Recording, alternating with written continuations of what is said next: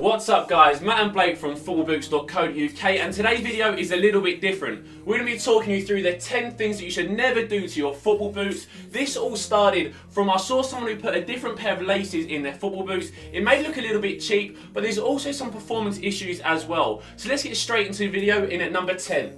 So the number one thing that you shouldn't do with any pair of football boots is use super glue or tape to fix a bit of sole separation. Now Blake's got the Hubble and Phantom 1, I've got a pack of super glue, they're still in the packet because there's a reason for that. Why shouldn't we use super glue on it? The number one reason why you shouldn't super glue your boots, when you get a bit of sole separation, you get sole separation on a lot of boots, just don't put super glue in between the chassis and the upper itself. One, because it will just split away worse. So after you super glued your boot, you played a full 90 minutes in your game, it's going to make it much worse. So. Yeah, exactly right. So that super glue, when you actually do put it onto that sole plate and the upper material, it makes it incredibly stiff, so it's going to be prone to cracking even worse. So although it might look like it's done a good job, this is a very extreme kind of situation. We've got an old pair of the Phantom 1s, a lot of sole separation going on, but if you did put some super glue on there, after playing it actually will crack even more and sole separation will get worse. Now the second part to the problem with super glue and tape on the boot is what? So guys, another thing people do when they have sole separation is actually taping your boots. And yes, it does help with sort of temporary sole separation, but it actually damages the upper. As well as super glue, when you put super glue to fix sole separation on your boots, it actually damages the upper. For something like this boot, which has ACC, all condition control, the coating on top will be affected with tape and super glue. Exactly right, so that's our first one, and let's move on to number 2. So our second don't do is to not over tighten your SG studs. Now I've seen a lot of teammates and I know there's a lot of players out there who really tighten their SG studs so hard. Now the first problem with this is it's going to cause you blisters. So if you do tighten them so tight, the actual thread in there is going to be pushed through onto that sole plate even higher and onto your foot. So you're going to get some blisters along those higher pressure points. But there's also a second reason why you shouldn't do this. The second reason why you shouldn't over tighten the studs is because it actually stiffens the sole plate even more. So this is the Energy Pulse sole plate on the Nitro Charge 1.0. When you tighten these studs really tight, it actually stiffens the whole sole plate up. It's not great for a boot which is known for like an Energy Pulse sole plate. Another boot which had, if it had SG, say if this was an SG, the Superfly, we stiffened it up on the nylon chassis, you really would feel it because it's a very thin contoured chassis. Exactly right, so you don't want to over tighten your SG studs. That's number 2, let's move on to number 3. So our third don't do is the absolute bread and butter. Do not wear leather football boots on 3G surfaces. Blake, explain why. The number one reason why you shouldn't wear leather boots on 3G artificial surfaces is purely because of durability. Exactly. Like a thin leather on this glitch here is very thin. One, because sole separation, it puts more pressure on the thin leather material on those sort of 3G surfaces. So sole separation is pretty much the number one reason.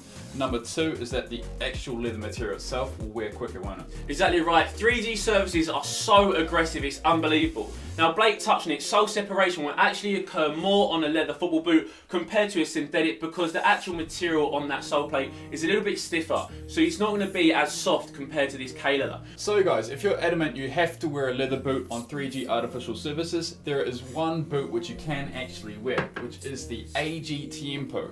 So the AG Tiempo, Nike actually put this additional durability panel on the toe box purely for sole separation. Again, you've got conical stud system, but you can with this silo on 3G artificial surfaces. Yes, the leather will wear quicker, but you'll get that sole separation perfect on AG surfaces.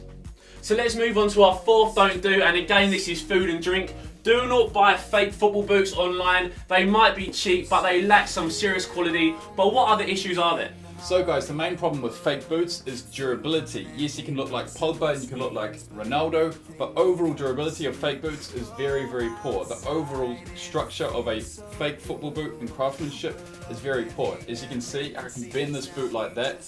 A standard pure control won't bend like this. There's a lot of issues with fake football boots. What's the second issue with fake boots? The second issue is that the performance isn't going to be anywhere near as high. Now we've got the Superfly 4 and also the Pure Control, which are boots all about performance. The Superfly is all about responsiveness and lockdown, and these aren't even real fly-wire cables on the sides of the boot, so in terms of having that high level aggressive responsiveness, it's not going to be there. Yep. Now, what's another problem with buying fake boots? So another thing with fake football boots is the risk of injury. The support and structure you get in a fake football boot is very, very poor, especially in this laceless boot. There's nothing inside the boot.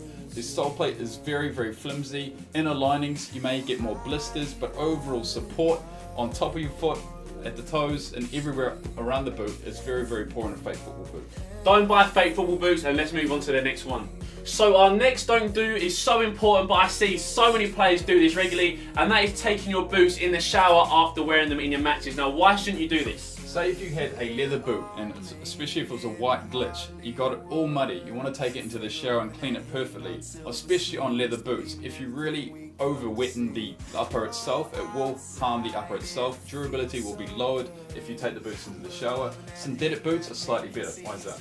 Synthetic boots, because they aren't actually made of that K leather material, which is natural, they're not going to become overly wet. They won't absorb that water as much. They'll kind of repel it a little bit, won't let it into the boot. But the problem with leather football boots and getting them so wet, apart from the durability, the upper itself will become a little bit stiffer because the water actually goes into the upper itself and becomes quite stiff, so it can crack a little bit prematurely. Okay.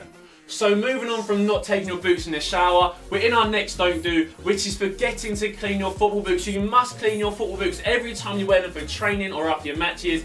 Make sure you clean them, and why is that? You have to clean your boots, especially after every time you wear them. Maybe a few trainings you don't really want to clean your boots after a big hard training, but overall you should clean your boots after every match. The reason, what's the number one reason why you should do that?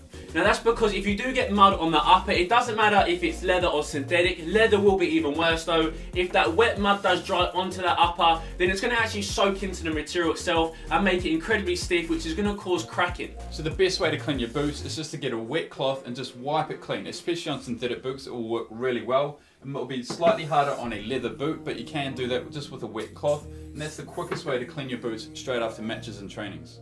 So this next don't do is very important, and that is making sure that you wear the correct sole plate for that surface. Now if you do have a pair of SG boots, do not wear them on 3G. That is a big no-no. You can cause injury or risk to yourself because you can turn your ankle because the stud's a little bit too long and aggressive. And you can also rip the 3G surface, which isn't good, especially if you play on there regularly. You want it to be the top level for as long as possible. Now why else?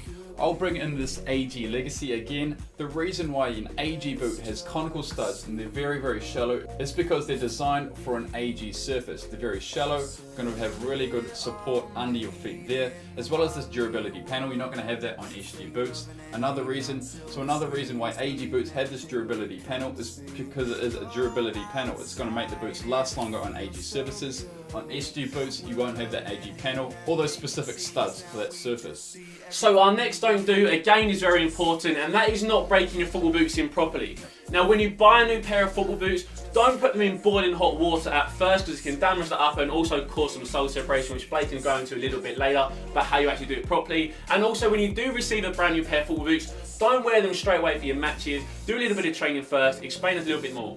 So I'll bring in a leather boot and a synthetic boot. To break in a synthetic boot, you can see our hot water trick by clicking on the card now. That's the best way to break in a synthetic boot. It's going to really loosen up that synthetic material.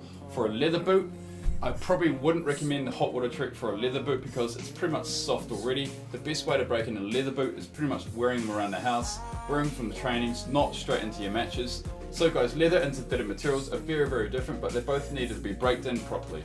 So our next don't do is something that annoys me so much, and again a lot of players do it, and that is leaving your football boots at the bottom of your bag, which makes them all crushed up. Why is it such a problem? The one main reason is that it just loses its structure, especially on a synthetic boot. The upper here is just so thin. If you leave a few boots on top of here, it's just going to look like that. It's just going to lose its structure very, very quickly. And durability, it's not going to be great, is it? Exactly, so the durability is going to go, the quality of upper material is going to go as well. And also if you do leave them in your football bag with other football boots and other kind of used clothing, they're going to smell as well, which is obviously a bit of a smaller issue compared to durability, but not nice, especially if you pay a lot of money for your boots. So guys, our last don't do is probably the most simple of all, and that is you guys not thinking that you have to buy the most bold and colourful boots. Explain why that is. So guys, if you want to look like Ronaldo, but you've got really, really wide feet and you want the Superfly, probably don't go for the Superfly. Go for something like the Tempo Legend or something like the Pure Control by Adidas. Very, very wide fitting options. So if you want a boot to look like your stars, don't necessarily just buy that boot. Purely buy a boot for fit. So comfort wise is the most important thing with a football boot. If you've got really, really wide feet, go for something like the Tempo Legend. If you've got very narrow feet, the Superfly Vapor or the X16, perfect boot for you. So guys, that's our top 10 things not to do with your football boots. Vote in the poll card now which you think is the most silly thing to do with your football boots, and also comment in the section below other things that you might think are stupid things to do with boots as well. Thanks for watching guys, and as always, See you next time.